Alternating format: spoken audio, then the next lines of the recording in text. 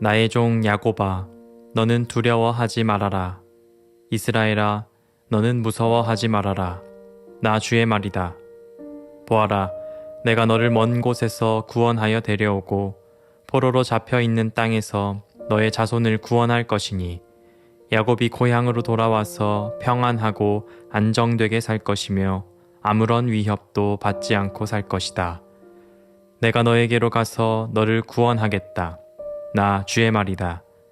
내가 너를 쫓아 여러 나라로 흩어버렸지만 이제는 내가 그 모든 나라를 멸망시키겠다.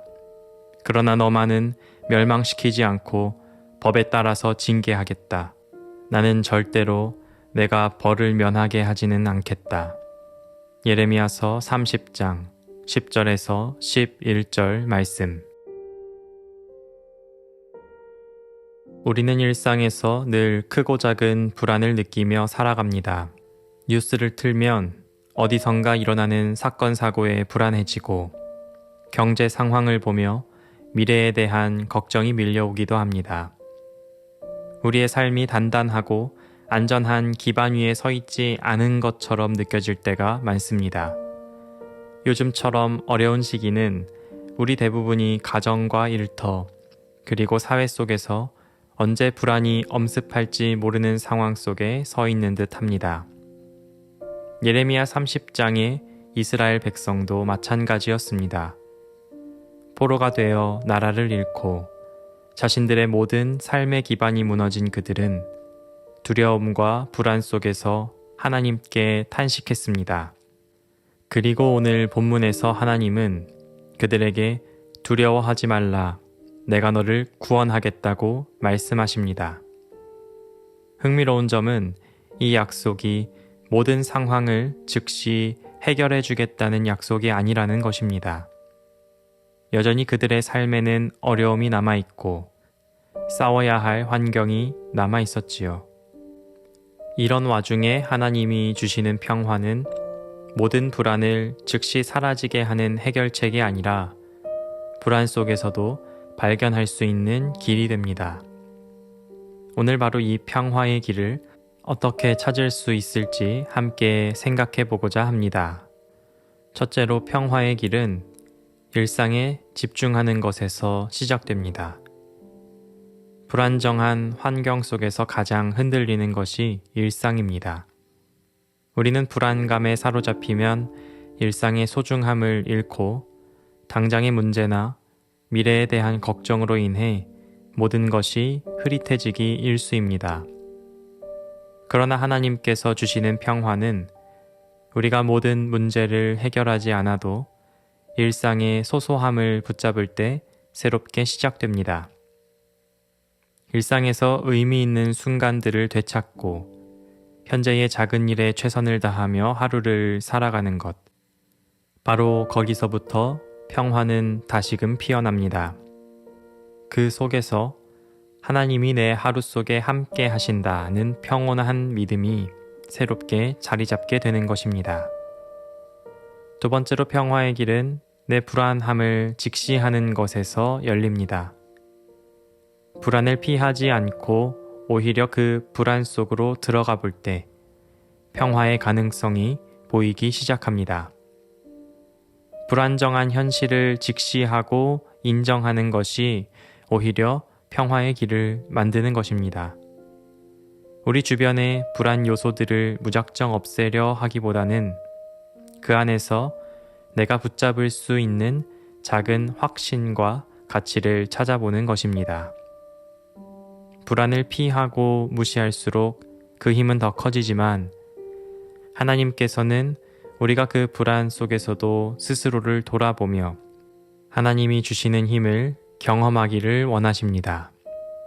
이와 더불어 우리는 불안 속에서 마음의 균형을 지키는 것을 배워야 합니다. 우리 삶의 불안 요소가 커질수록 우리는 그 무게에 짓눌려 균형을 잃고 흔들리기 쉽습니다. 그러나 하나님께서 주시는 평화는 우리가 모든 상황을 통제할 수 없는 현실 속에서도 마음의 중심을 잃지 않게 하는 힘이 있습니다.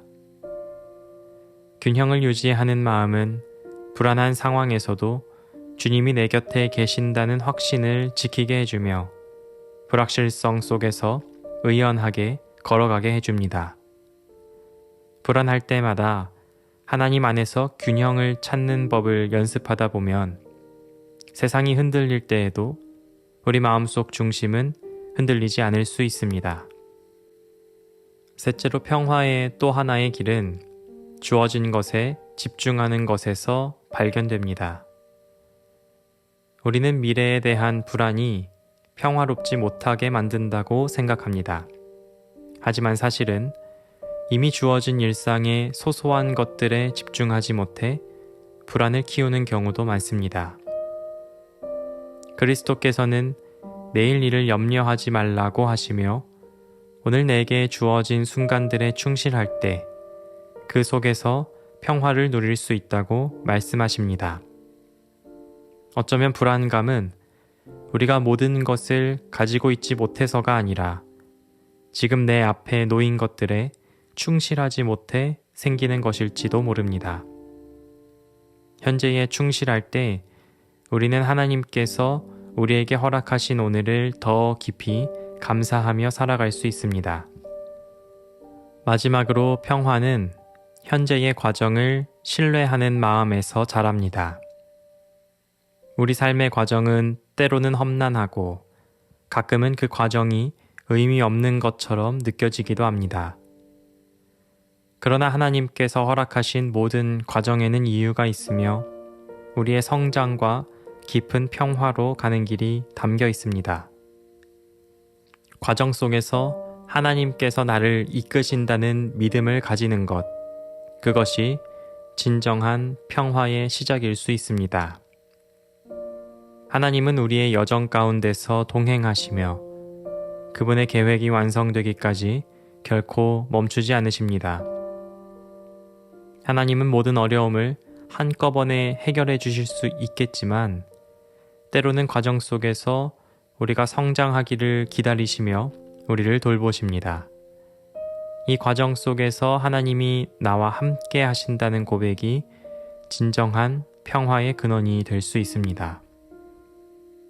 이러한 길을 따라가다 보면 우리는 단순히 문제를 해결하려는 목적이 아닌 문제 속에서도 함께 하시는 하나님을 발견하는 법을 배우게 됩니다. 우리 삶이 온전해지는 순간은 단순히 불안을 없앨 때가 아니라 불안 속에서도 여전히 하나님의 은혜를 발견하고 여전히 그 은혜 속에 내가 머물러 있음을 떠올릴 때입니다. 기억해야 할 것은 하나님께서 주시는 평화는 상황이 완전히 해결된 후에 오는 것이 아니라는 것입니다. 그것은 우리의 불안이 사라지고 나서 찾아오는 안락함이 아니라 불안이 여전히 있는 곳에서도 발견할 수 있는 소중한 은혜입니다. 우리가 일상을 붙잡고 불안을 직시하고 서로를 의지하며 마음의 균형을 지켜낼 때 하나님께서는 그곳에 평화를 주십니다. 하나님은 우리의 문제를 없애주시겠다고 하시기보다는 그 문제 속에서도 함께 하겠다고 약속하십니다. 하나님께서 이스라엘 백성에게 주신 평화의 약속이 우리 각자에게도 실제적인 힘이 되기를 소망합니다.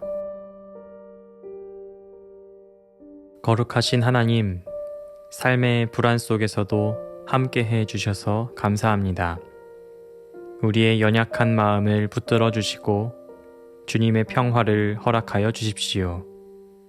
지금 이 순간에도 우리를 인도하시는 주님을 신뢰하며 주님의 은혜 속에서 일상에 충실하며 살게 하여 주십시오. 아멘.